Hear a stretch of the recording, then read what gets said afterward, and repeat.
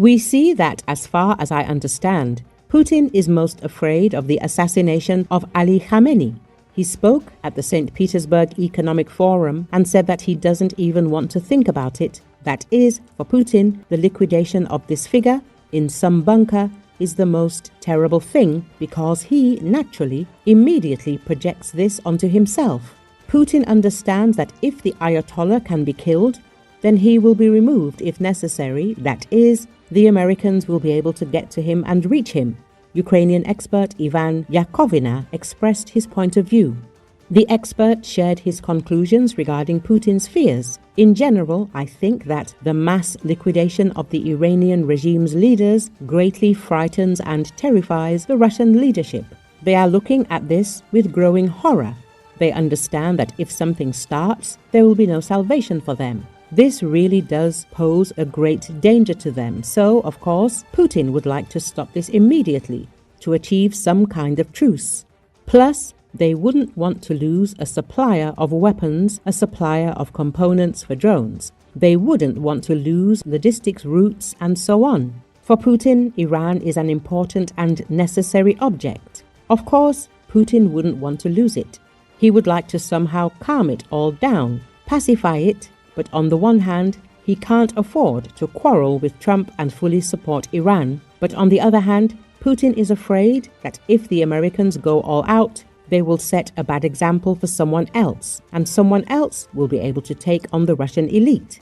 Ivan Yakovina explained. Yakovina voiced the Russian president's fear, which could soon become a reality. It seems that their main problem now is with supplies, since logistics have been cut off. The only road that connects Tetkino with the rest of Russia is under the control of Ukrainian drones and Ukrainian artillery, so the Ukrainians probably don't have to storm the Russian positions there. They can simply hit them with artillery, aerial bombs, while simultaneously preventing supplies to the Russians stuck in this Tetkino, Ivan Yakovina informed. Since even the Russian command has given up on those soldiers and officers of their own who are in this settlement, there is some probability that after some time they will gradually begin to surrender to the Ukrainians. But let's not get ahead of ourselves, since this is a war and everything can change quickly. For example, it is known that Putin really does not like and is afraid of the sight of numerous captured Russians, he said. At the same time, Ivan Yakovina emphasized, when Russians march in ranks, raising their hands up, then for Putin it is simply a terrible scene. He does not like it. He is afraid of it. So he may not listen to Podolyak now, for example, and send some military units that are currently advancing on Sumy to unblock Tetkino. The offensive on Sumy will be disrupted, but Putin will try to unblock those who are holding the line in Tetkino. The situation can change very seriously, so let's not get ahead of ourselves. It is too early to celebrate victory here.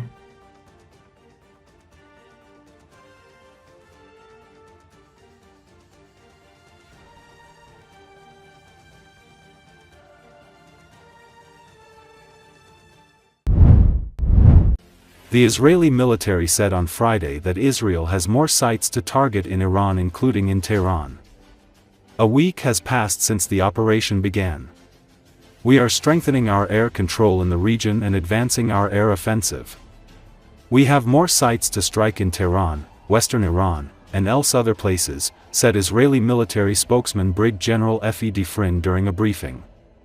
According to Associated Press, he added that the Israeli Air Force struck selected sites related to the Iranian nuclear program, targeting military missile production plants and sites that produce raw materials used in missile engines.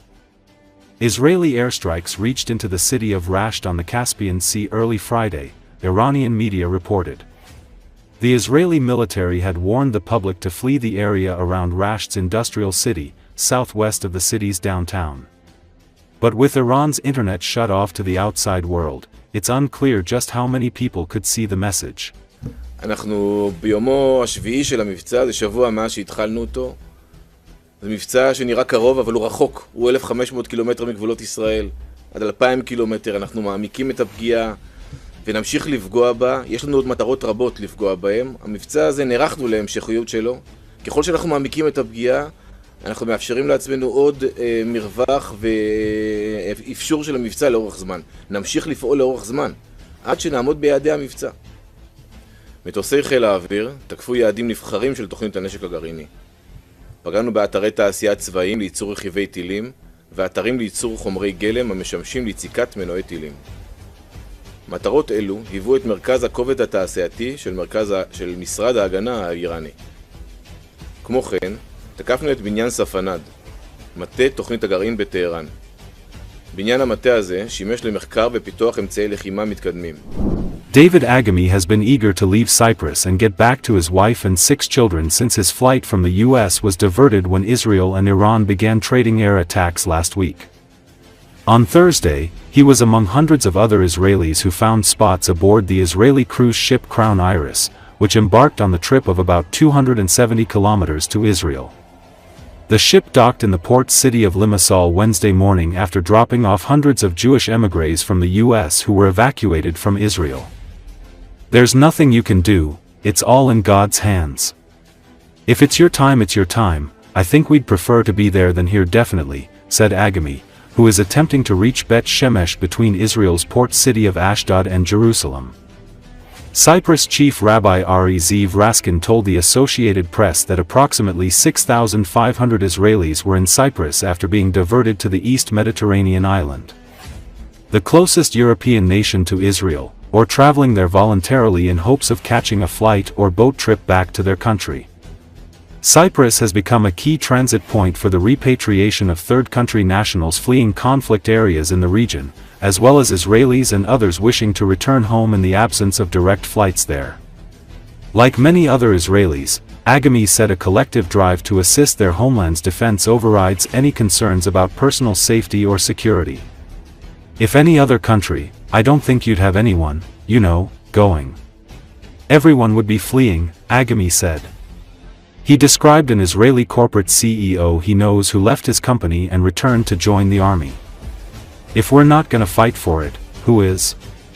It's a sentiment shared by Ben Fox, the pulmonary unit chief at the Shamir Medical Center, and his wife Liat Fox, an oculoplastic surgeon in central Israel. The couple wanted to get back to their 3 daughters in Modi'in Maccabim Reut, after attending separate medical conferences in Germany and Sweden. But they also were eager to help the defense effort as medical professionals. What's happening is very worrying, what's happening with the rocket fire, Ben Fox said. On the other hand, we're very happy that our army and our government's taking care of the Iranian problem, and of course we want to be with our family and we want to be available to help, if there's medical problems. The couple were aware of a missile strike against Soroka Hospital in the Beersheba area of Israel on Thursday, which wounded at least 40 people. Another Israeli in Cyprus, Haifa resident Hanad Azaleh, said she doesn't care about the missiles because Israelis have become inured to the threat. No, I don't scare. My little daughter is over there, my family is over there, and we're regular to this, Azaleh said. AP video by Petros Karagias and Lefteris Pidarakis. Production by Menelaos Hadjikostas.